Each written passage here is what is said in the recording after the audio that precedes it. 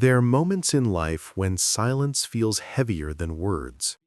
You kneel in prayer, pour out your heart, and wait for an answer, yet nothing seems to happen.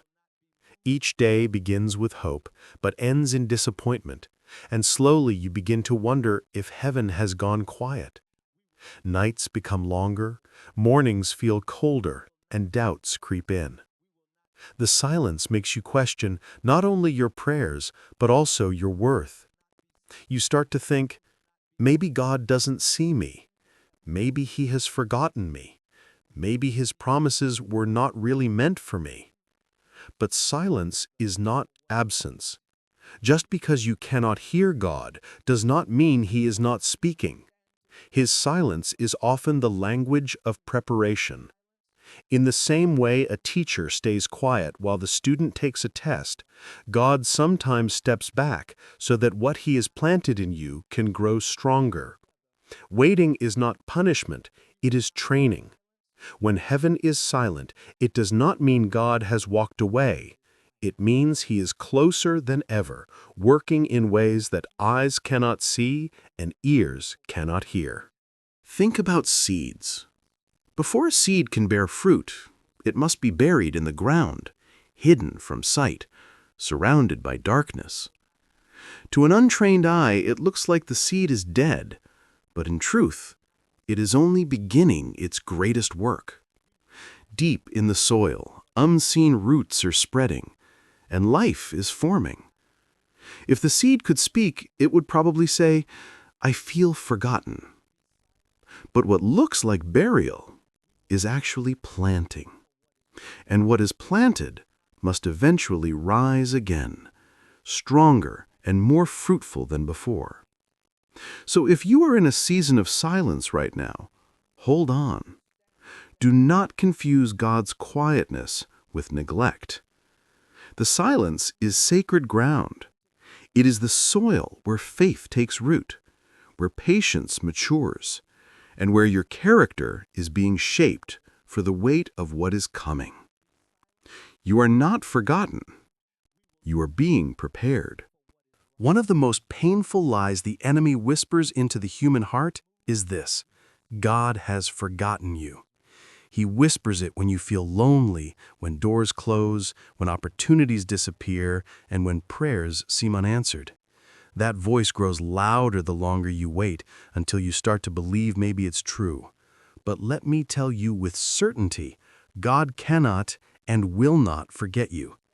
In Isaiah 49:16, God declares, "See, I have engraved you on the palms of my hands." Think about that image. Your name, your story, your future, carved into the hands that stretched out the heavens. When you engrave something, it is permanent. It cannot be erased. God is saying, "You are always before me. I could no more forget you than I could stop being God." Even when people forget you, God remembers. Friends may walk away, loved ones may disappoint you, society may overlook you, but heaven has not forgotten you. Every tear you cried has been collected, every prayer you whispered has been heard, and every dream you carried has been recorded. Nothing has slipped through His hands. So when doubt tells you that you are invisible, remember this truth: you are seen, you are valued, and you are loved. God has not forgotten you. He is preparing to reveal you in the right season. Trials are never easy, but they are always purposeful. They strip away what is unnecessary. They refine what is weak, and they strengthen what is eternal. Without trials, you would never grow into the person you are meant to be. Trials are the fire in which character is forged. We often think of trials as punishments, but in reality, they are promotions in disguise. They are classrooms where faith is tested and strengthened. Just as muscles need resistance to grow, your spirit needs trials to build resilience. The pain you feel today is not random. It is part of God's process of preparing you for greater things tomorrow. Look at Joseph, betrayed by his brothers, sold into slavery, falsely accused and imprisoned. To the world, it seemed like his life was over. But every trial was shaping him for leadership. Without the pit, he would never have reached the palace. Without betrayal, he would never have learned forgiveness. Without prison, he would never have developed patience. Every trial was a stepping stone to his destiny. Your trials are not meant to break you. They are meant to build you. The fire is not consuming you. It is refining you. When you come out, you will not be the same. You will be stronger, wiser, and ready for the blessing ahead. Growth does not always happen in the spotlight. In fact, the most important growth often happens in secret. You may feel like nothing is changing in your life, like all your effort is wasted. But beneath the surface, God is working. Invisible growth is still growth. Think about the seed planted in soil. From the outside, nothing appears to happen for weeks. If someone judged only by what they saw above ground, they would say the seed is dead. But underground, life is exploding. Roots are spreading, foundations are forming, and strength is building. Your hidden season is not a wasted season. In fact, it is the most important one. God is teaching you patience, deepening your faith, and building strength you don't even know you need yet. One day, when the fruit appears, everyone will marvel at how quickly it came. But you will know it wasn't quick. It was years of unseen growth finally revealed. So don't despise hidden seasons. They are not signs of failure, but of preparation. What God is building in private, He will one day reveal in public. Every season has signs. Winter gives way to spring through budding flowers, warmer air, and longer days.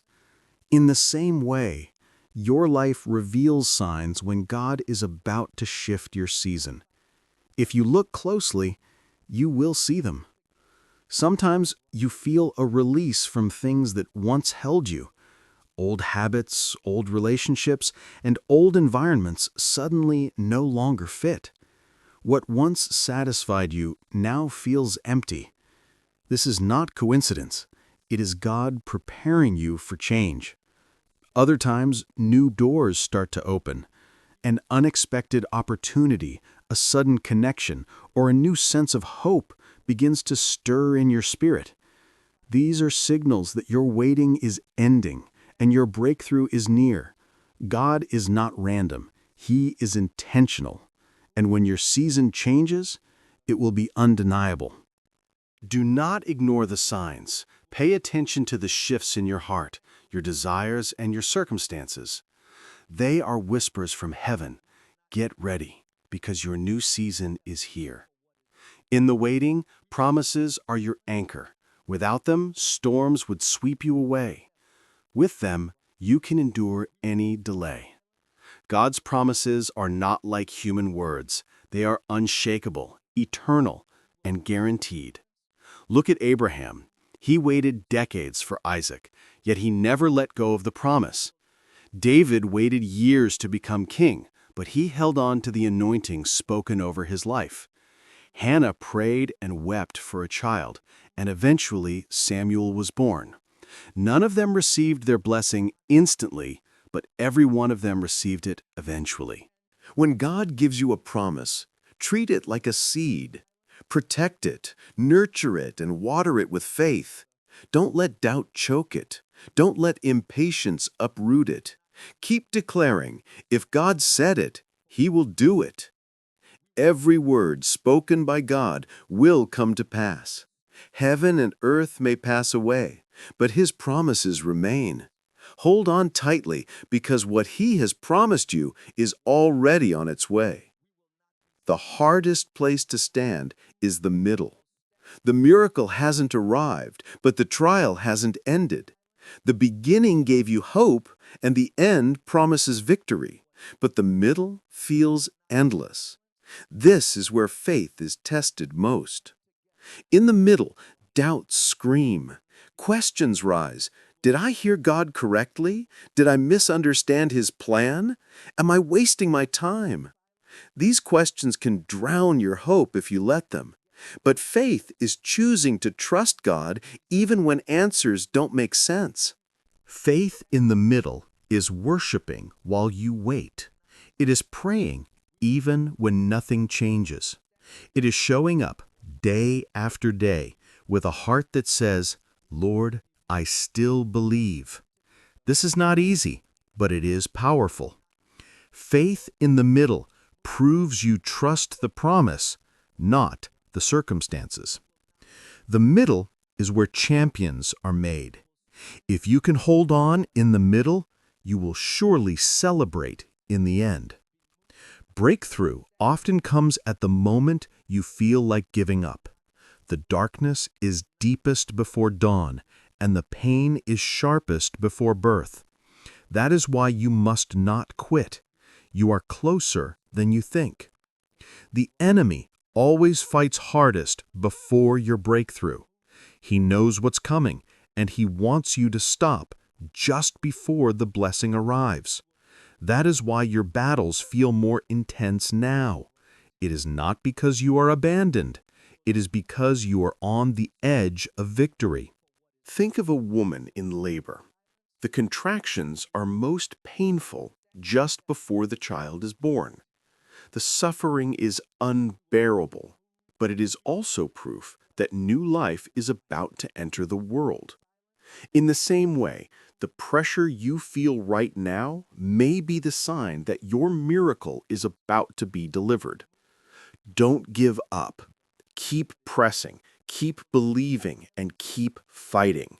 Your breakthrough is not far away. It is knocking on your door. When your season finally arrives, walk into it with humility and gratitude. Do not forget the lessons of the waiting. Do not forget the strength you gained in silence, the patience you learned in trials, and the faith you built in the middle.